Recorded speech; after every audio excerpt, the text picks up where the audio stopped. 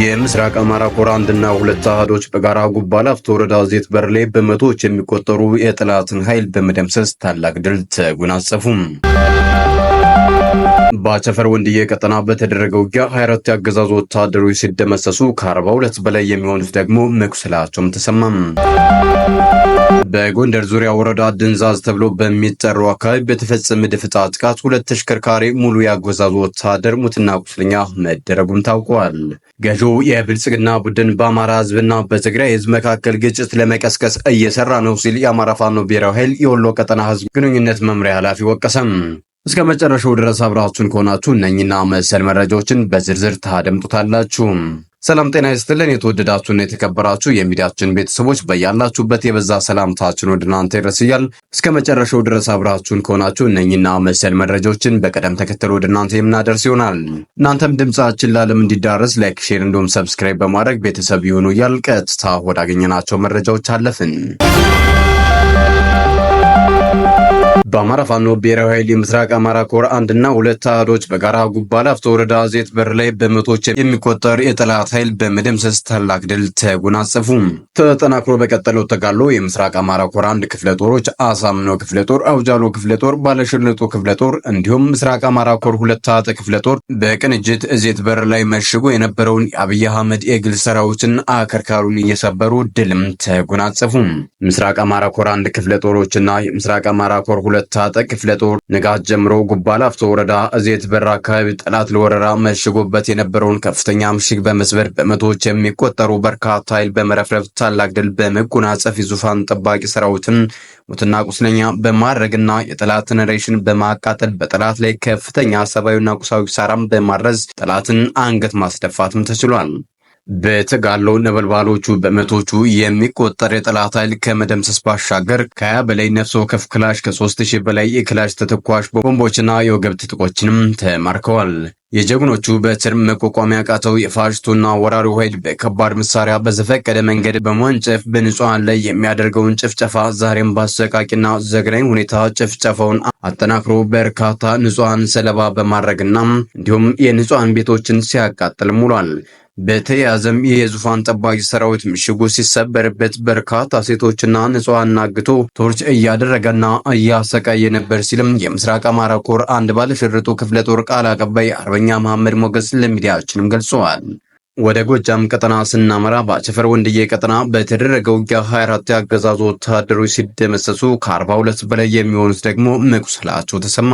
በዚህ ውጊያ አንድ ብሬን ጨምሮ በርካታ የነፍስ ወከፍ መሳሪያ ከጠላት ኃይልም ተማርከዋል። በአማራ ፋኖ ብሔራዊ ኃይል በጎጃም ቀጠና የጎጃም አገው ምድር ክፍለ ጦር ልዩ ኮማንዶ አባላት ከአቤ ጉበኛ ብርጌድ ጋር በመቀናጀት በአቸፈር ወንድዬ ታላቅ ገድል መፈጸማቸውም ተሰምቷል። በአቸፈር ወንድዬ ቀጠና መነሻውን ከሐሙሲት በማድረግ በማራ መድኃኔዓለም ልዩ ቦታው ማር ተራራና ዘንዶ ተራራ ላይ በመስፈር በወገን ላይ ከበባ ለማድረግ ያሰበው የአገዛዙ ኃይል በጎጃም አገው ምድር ክፍለ ጦር የኮማንዶ ኃይል እና በአቤ ጉበኛ ብርጌድ ፋኖች ከባድ ጥቃት እንደተሰነዘረበት ኢትዮ 380 ሚዲያ ከክፍለ ጦሩ ህዝብ ግንኙነት መምሪያ ያገኘው መረጃም ያመለክታል። በዚህም ኦፕሬሽን 2 ብሬን፣ 1 ጅብ ስሪ፣ 8 ቁመ ጠብቀኝና 14 ክላሽንኮቭ መሳሪያ ከጠላት መማረኩም ተሰምቷል። በተጨማሪም በኦፕሬሽን 24 ያገዛዙ ወታደሮች ሲገደሉ ከ42 በላይ የሚሆኑት ደግሞ መቁሰላቸውን ኢትዮ 380 ሚዲያ ከክፍለ ጦሩ ካገኘው መረጃም ለማወቅ ተችሏል። በተያያዘ መረጃም ወደ ጎንደር ቀጠና ስናመራ በጎንደር ዙሪያ ወረዳ ድንዛዝ ተብሎ በሚጠራው አካባቢ በተፈጸመ ደፈጣ ጥቃት ሁለት ተሽከርካሪ ሙሉ ያገዛዙ ወታደር ሙትና ቁስለኛ መደረጉም ታውቋል።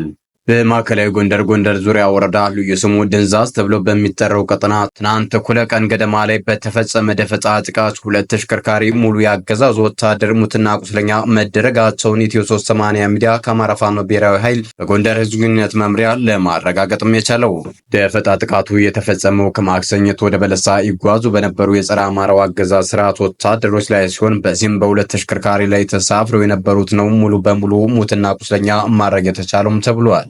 በአገዛዙ ወታደሮች ላይ ደፈጣ ጥቃቱ በመፈጸም ከፍተኛ ኪሳራ ያደረሱት የአማራ ፋኖ ብሔራዊ ኃይል በጎንደር ጥቁር አንበሳ ክፍለ ጦር ስር የሚገኙት የድልበር ብርጌድ ፋኖች መሆናቸውንም ኢትዮ 380 ሚዲያ ከተቋሙ ግንኙነት መምሪያ ያገኘው መረጃም ያመለክታል።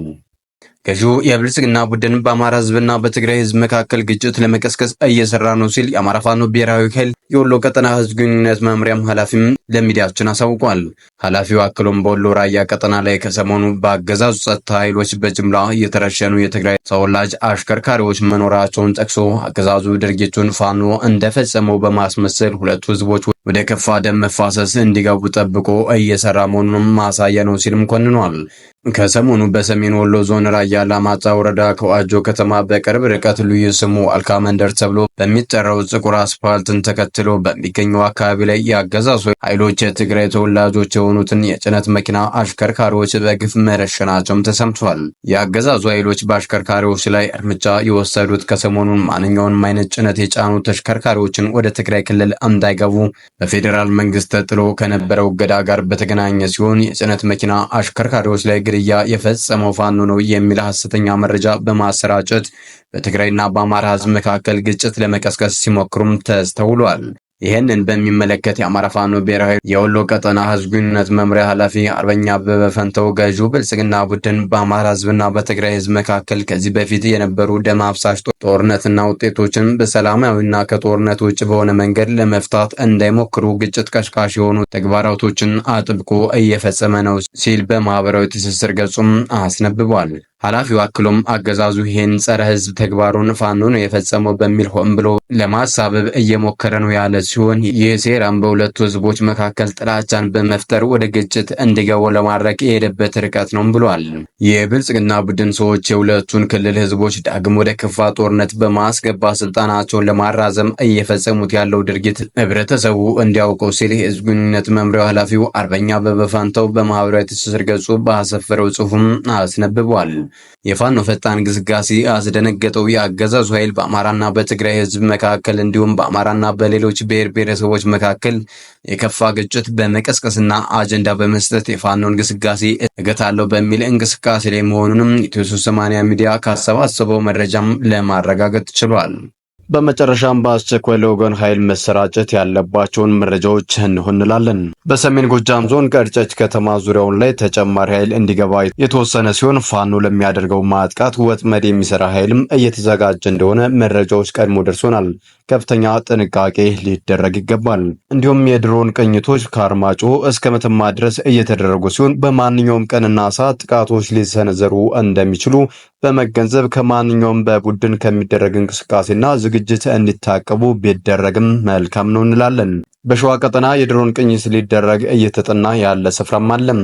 በተለይ በበረት ወረዳ 8 የሚባል ቀበሌ አካባቢ የፋኖ አመራሮችና ስምሪት ሰጪዎችን አሉ በሚል እነሱን ኢላማ ያደረገ ቅኝትና ጥቃት ታቅዷል። በምስራቅ ጎጃም ዞን ቢቸና ከተማን ማዕከል በማድረግ የፋኖን የማጥቃት እንቅስቃሴዎች አሉ ብለው በማሰብ ከቢቸና እስከ ቁይ ያለውን ቀጠና ነፃ ማድረግ በሚል አዲስ እንቅስቃሴም ሊጀመርም ታቅዷል። በባሶ ሊበን ያለው ፋኖ ዳግም እያንሰራራ ነው በሚል ቀጠናውን የሚሰልሉ ሰዎችም ተልከዋል። ከወራት በፊትም በግብርና ሰዎች ተመሳስለው ተልከው ከፍተኛ ጉዳት አድርሰዋልና ከፍተኛም ጥንቃቄ ይደረግ። ይህ የዕለቱ መልእክታችን ነው። ሰላም የተወደዳችሁና የተከበራችሁ የሚዲያችን ቤተሰቦች ለሰዓቱ የነበሩን መረጃዎች እነዚህን ይመስሉ ነበር።